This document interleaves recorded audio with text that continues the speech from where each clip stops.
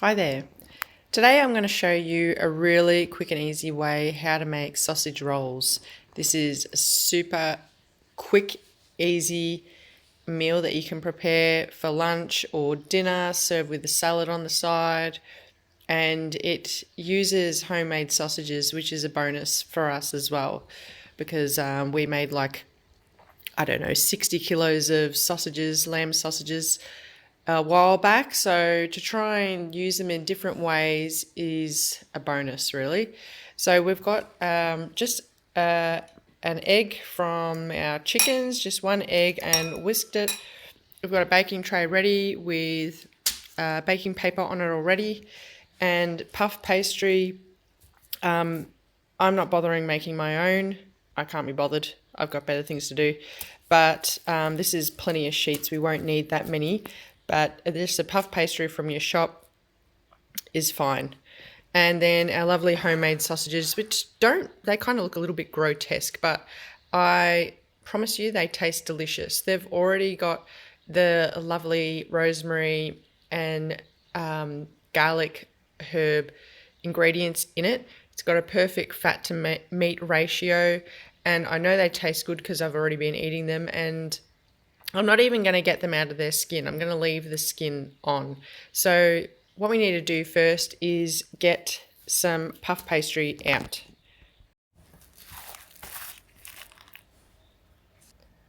So we'll just peel a layer of puff pastry off.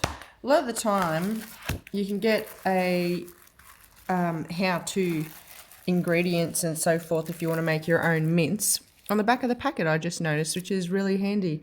But I'm just doing my own way of doing this. We're going to grab a knife. I'm actually going to take the plastic off. That will help as well. It's already defrosted. And I'm going to cut this thing in half. That's roughly correct. Put that one over to the side. And my sausages, I'm noticing, are really quite fat.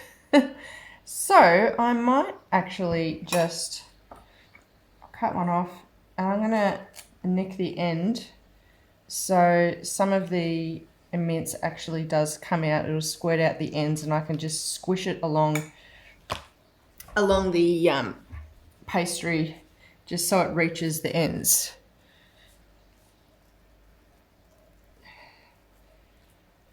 They're pretty fat sausages, so this will work out fine. The next thing we need to do is get a brush with the egg and run it along one of the edges. That acts as a bit of glue. Fold it over, roll it, and that'll glue it together. So from there we can just move it straight to the baking tray, leave a bit of room in between it, and I've got the fold underneath the meat so it keeps it down. All right, sausage number 2. You can even, if you can't be bothered mixing your own herbs in your mince, just go to the butcher and pick out your favourite flavour. Do what I'm doing. You don't need to have homemade sausages, but the butcher, they're pretty switched on. They have a lot of lovely different flavours. I'm just squishing the meat out to the edges. Doesn't matter that the skin's still on there, as I said. These are natural casings, sausage casings, so you know, it just adds to the flavor really. And the cats are hanging around me. They can smell the beautiful lamb mince. They think they're going to get some, but it's not happening. So you can see this is a really quick and easy process. Lovely. As I said a little bit earlier, this is lamb mince.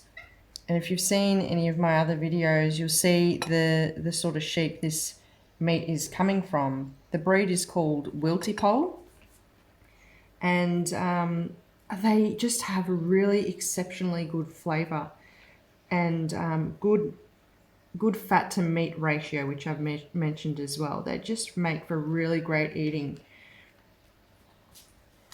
All right, now we just put a bit of this over the top, the leftover egg.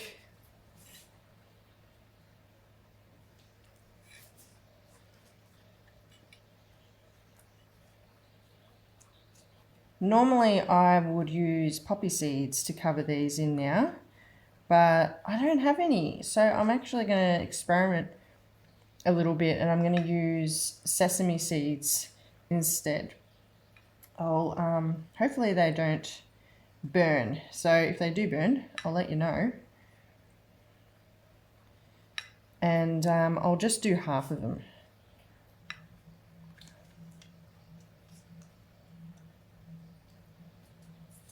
Lovely. All right, let's bring the sesame seeds in, and I'll just sprinkle half of them with this stuff. It's it gives a little bit of flavour, I suppose, but more than anything, it's just presentation. It makes it look like I worked hard. I really didn't. All right. All right, I'm going to leave the last two with no sesame seeds on it and see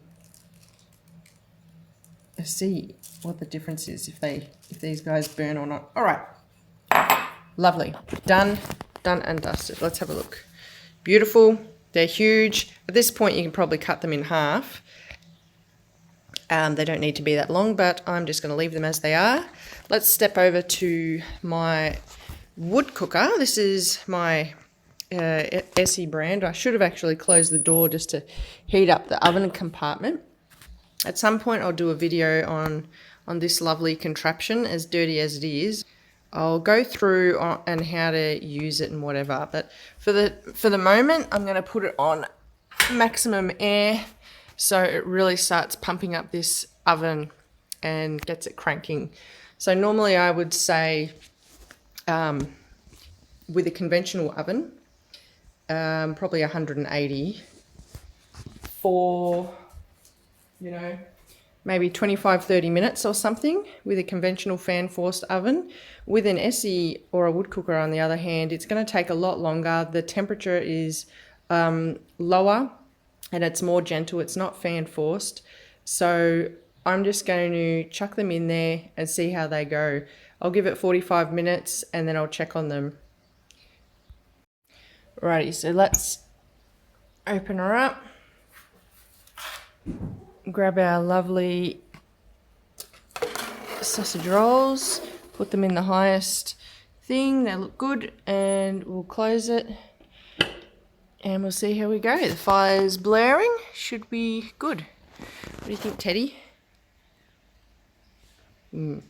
So in the end, the sausage rolls were in for about 45 minutes, which is quite a while, but I had the fire burning low, so it was on a low heat. And don't forget, it's not fan forced. Absolutely, if you use a standard electric oven, fan forced on 180 degrees centigrade, it wouldn't take nearly that long, maybe 25 to 30 minutes. Just keep an eye on them. If they are golden brown on top like these, then they are ready. Eat them fresh out of the oven or cold. They are delicious either way. Thank you very kindly for reaching the end of my video.